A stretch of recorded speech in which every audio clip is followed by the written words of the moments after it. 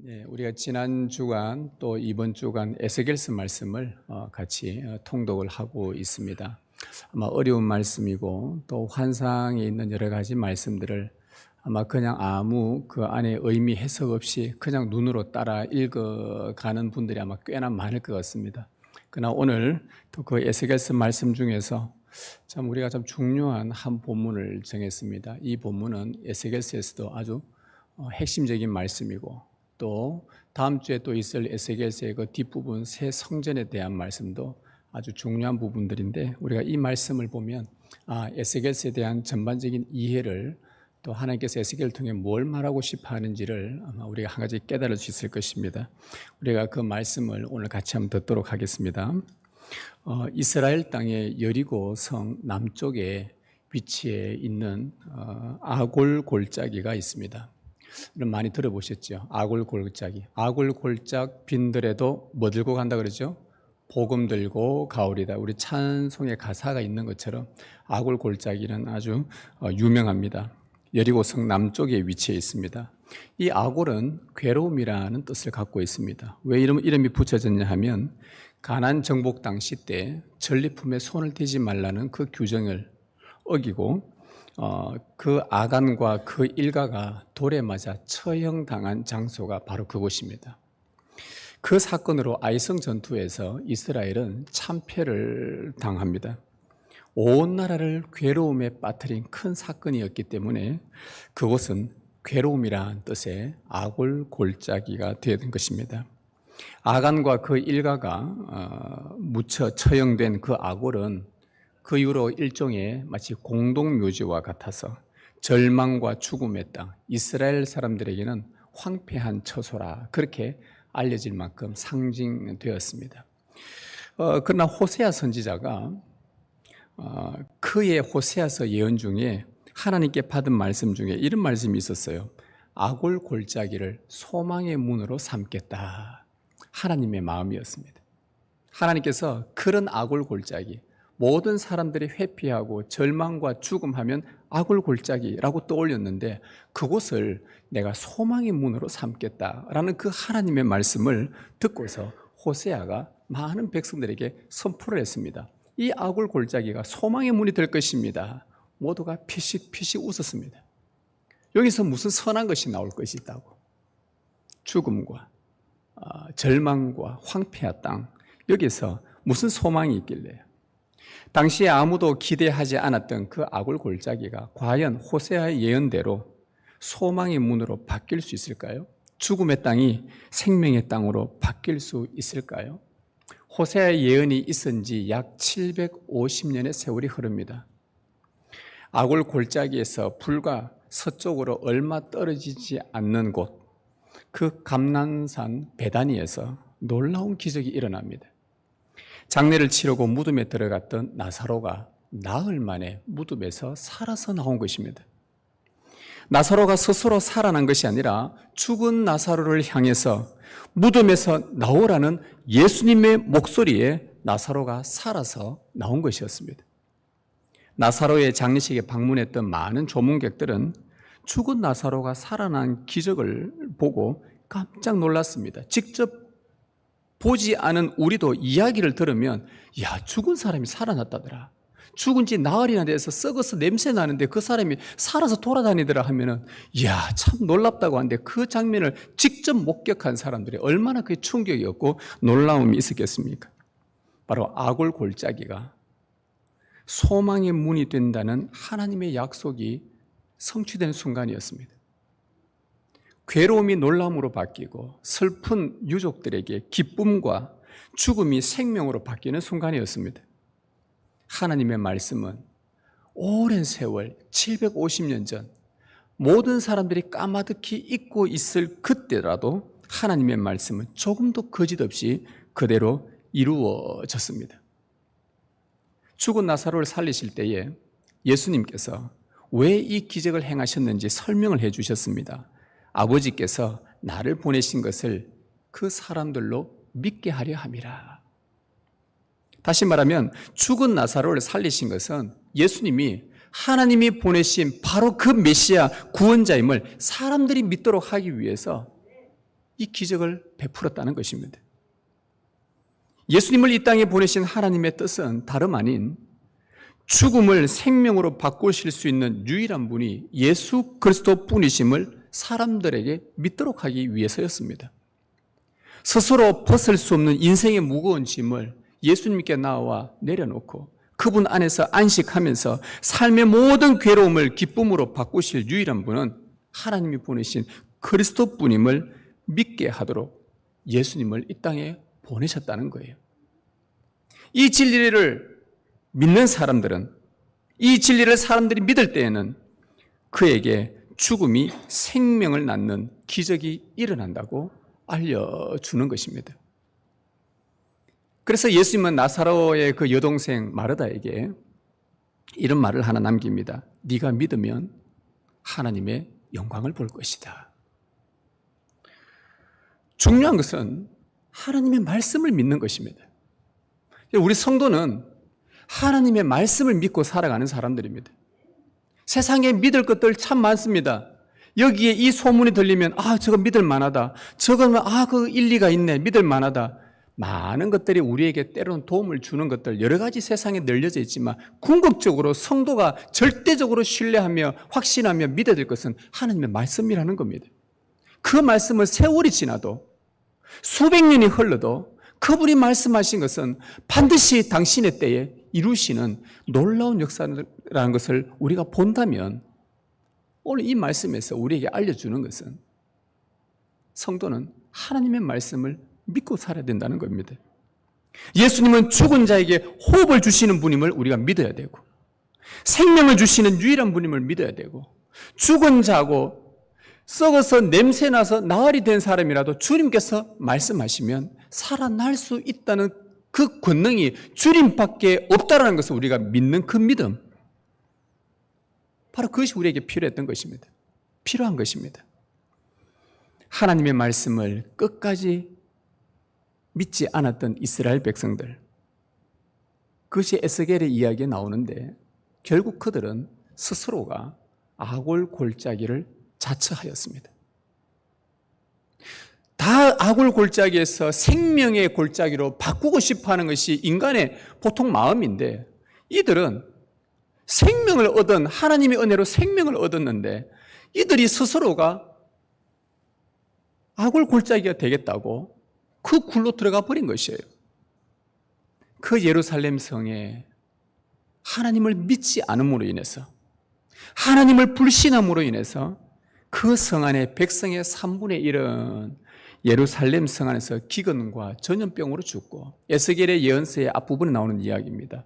또 3분의 1은 바벨론에 대항하다가 칼에 죽고 또 나머지 3분의 1은 포로가 되어 온 사방으로 뿔뿔이 흩어져 버렸습니다. 살아있으나 죽은 자들이었습니다. 그들에게 소망은 절대 찾아볼 수 없었습니다.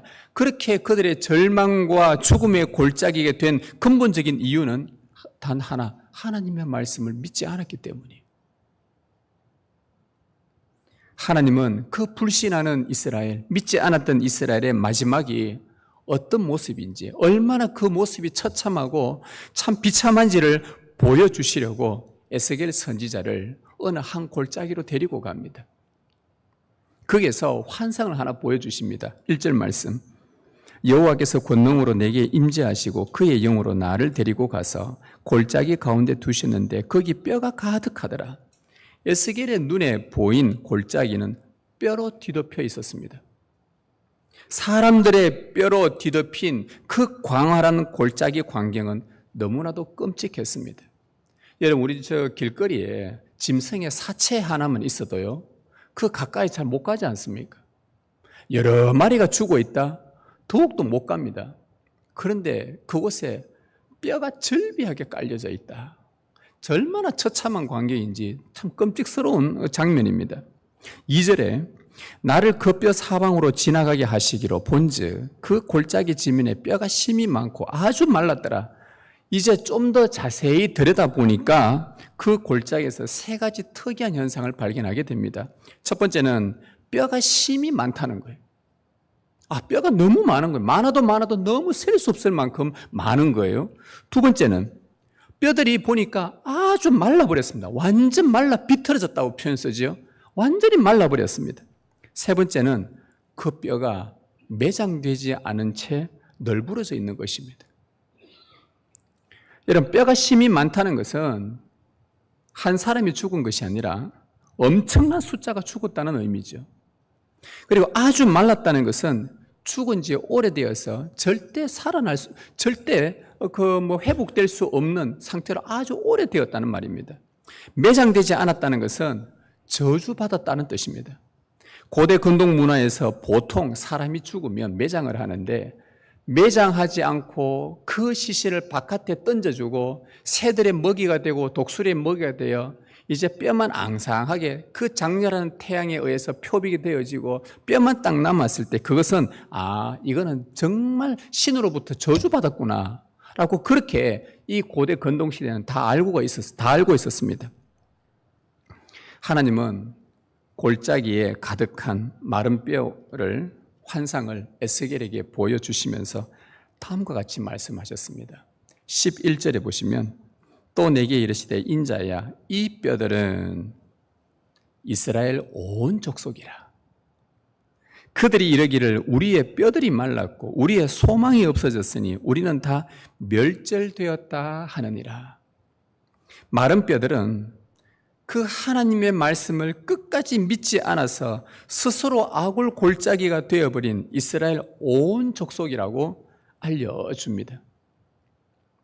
소수가 아니라 왕을 비롯하여 관료들, 백성들, 나라 전체가 하나님의 백성이었다고 자부했던 그들 전체가 여호와를 믿지 않았기에 뼈가 심이 많다라고 그렇게 표현한 것입니다.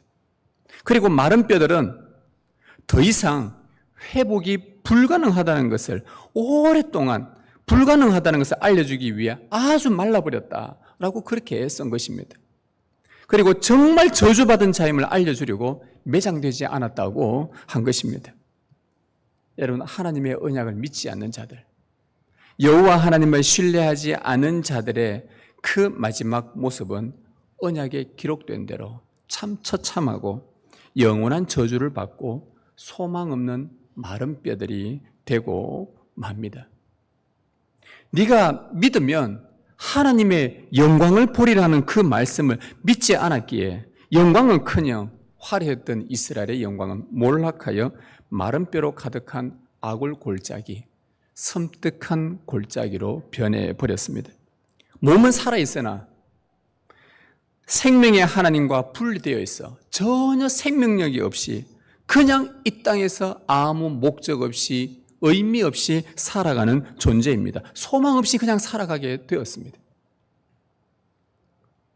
하나님은 이 마른 뼈를 에스겔에게 보여주시면서 이렇게 질문을 합니다.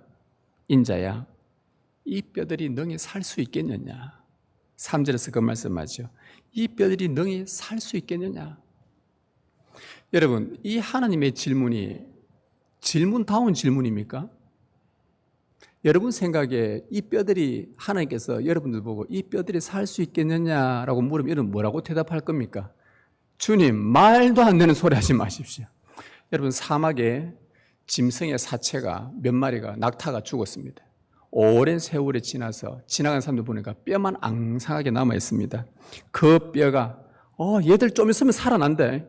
지나가면서 어떤 사람에게 이 뼈 좀 있으면 살아서 다시 낙타가 돼서 살아갈 겁니다 하면은 우리보다 뭐라 그런 줄 아세요?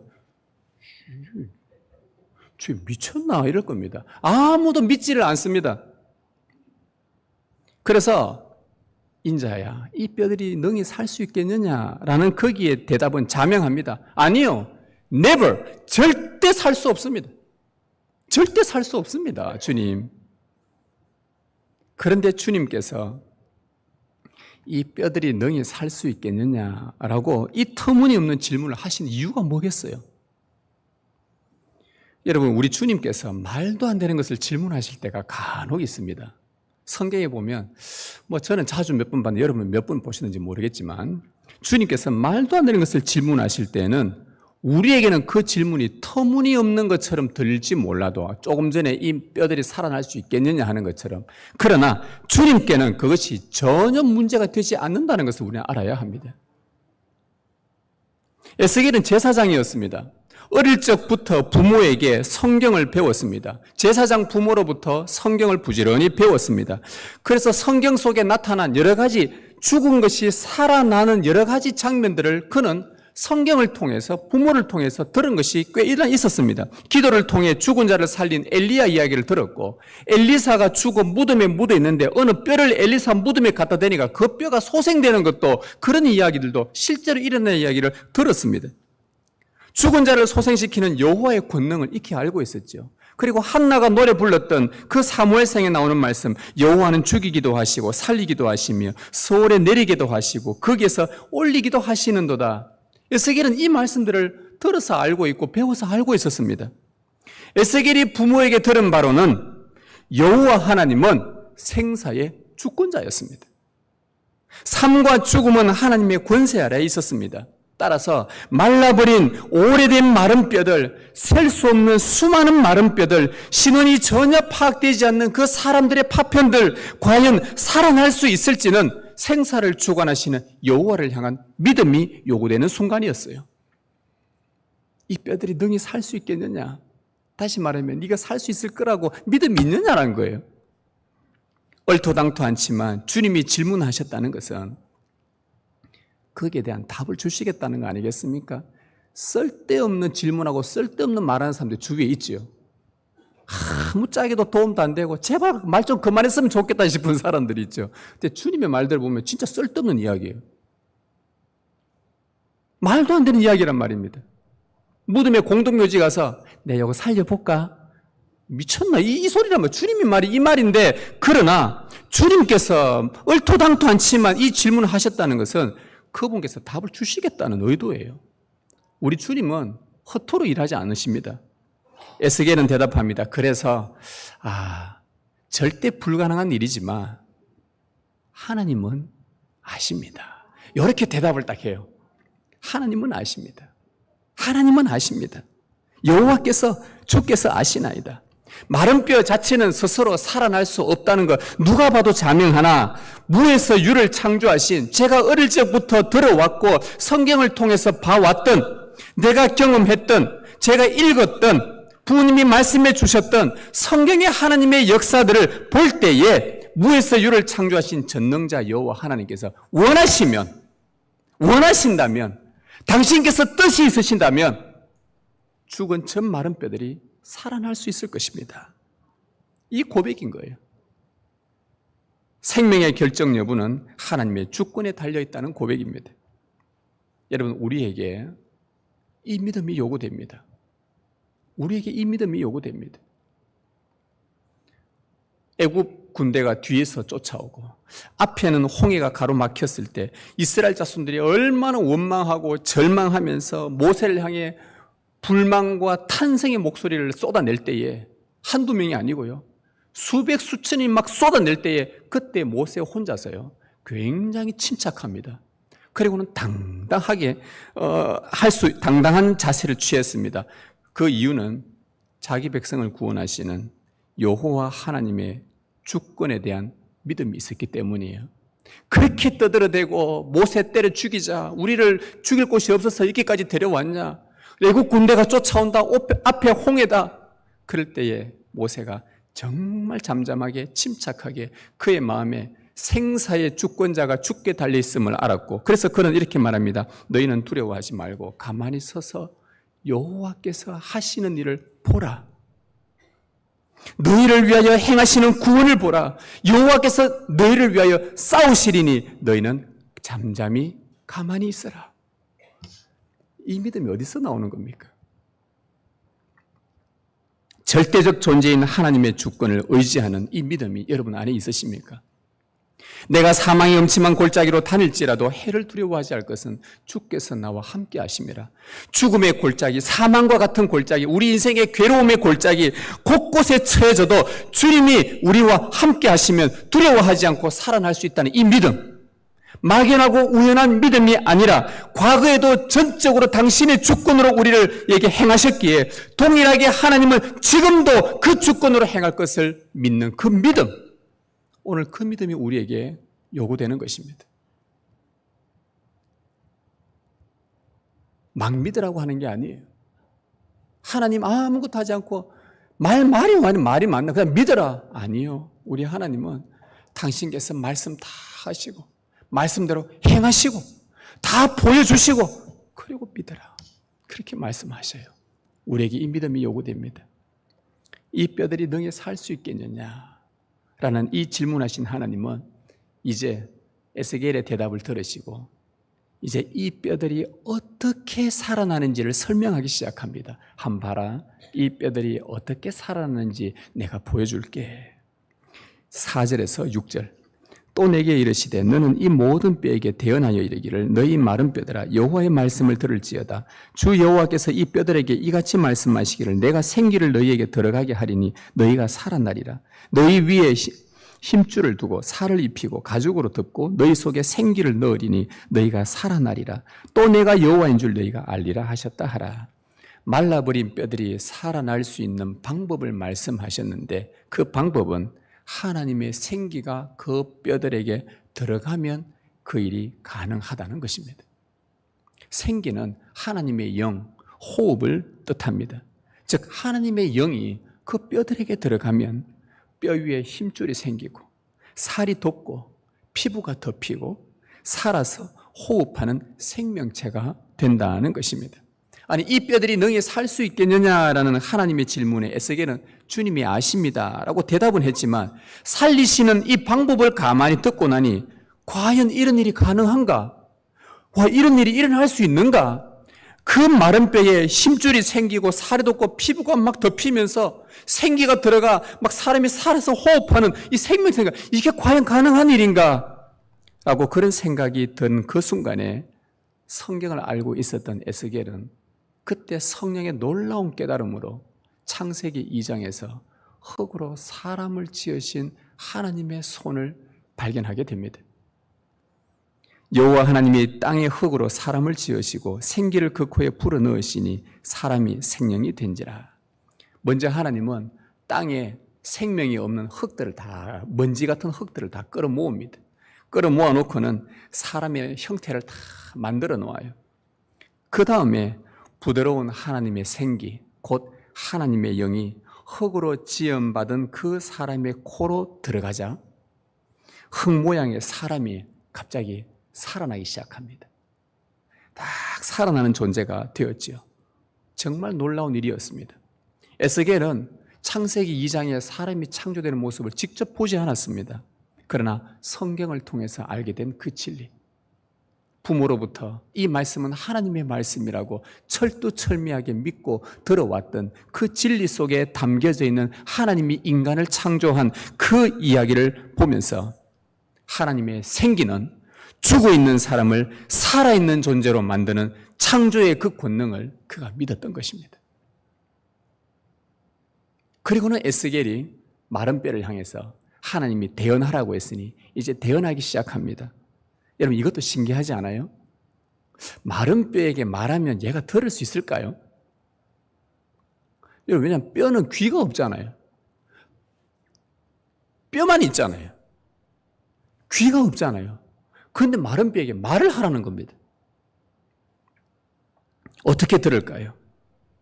마치 죽은 사람 시신 앞에서 자 오늘 말씀, 오늘 설교 들어보십시오 하고 똑같이 지금 하는 거 아니겠습니까?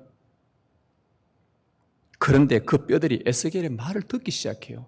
참 신기합니다. 뼈들이 말씀을 들을 수 있도록 하나님의 영이 역사를 한 거예요. 7절에서 10절.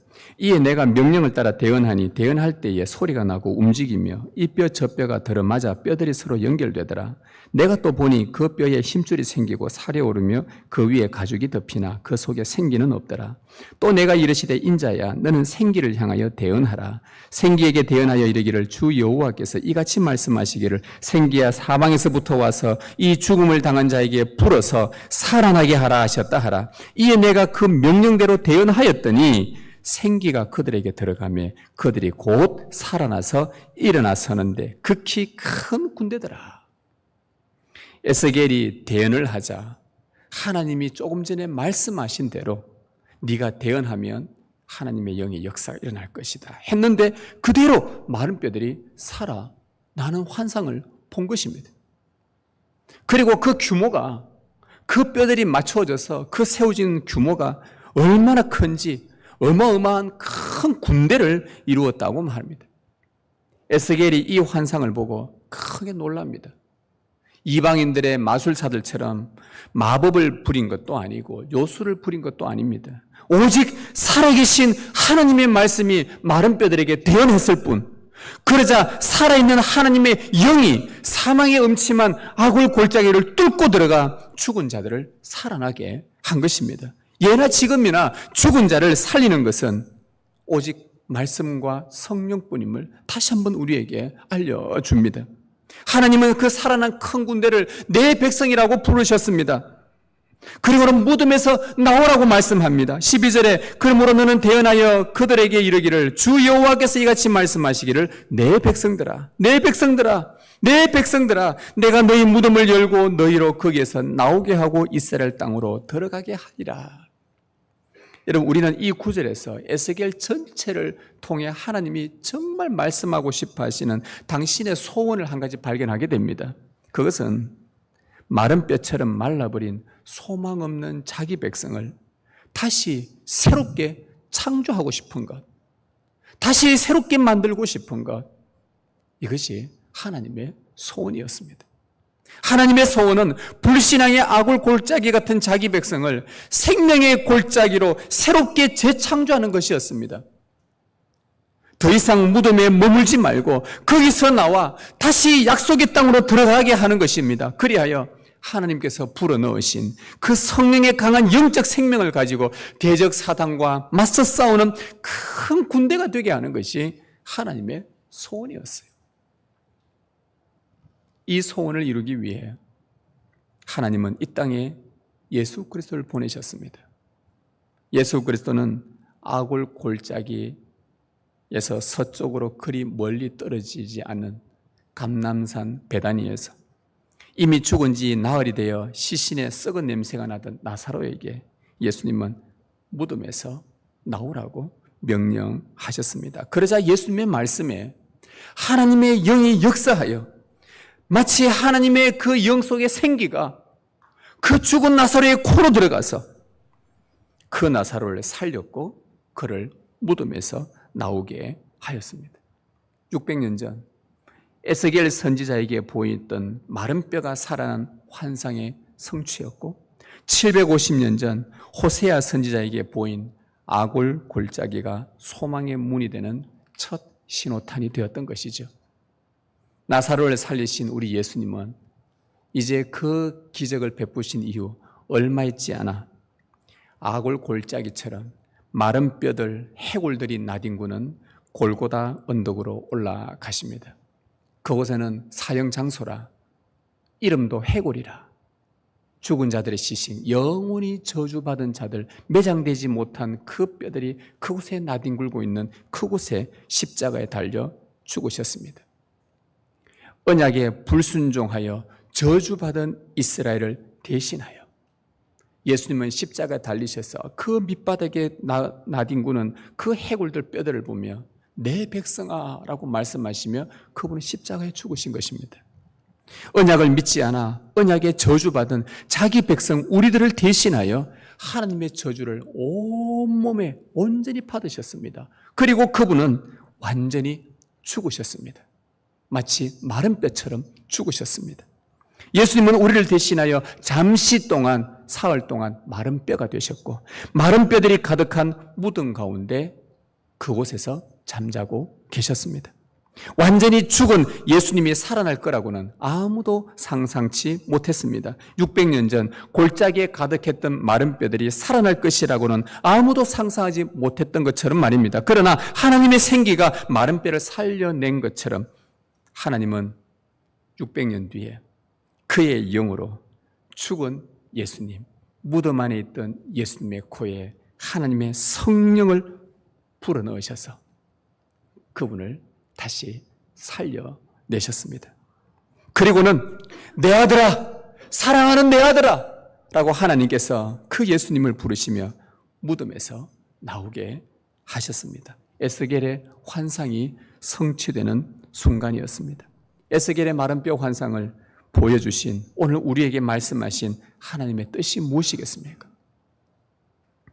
하나님과 단절로 혹 우리가 지금 말라 비틀어진 상태는 아닙니까? 말라버린 뼈처럼 우리가 살아있으나 죽은 자와 같은 그런 모습의 삶을 혹 살고 있지 않습니까?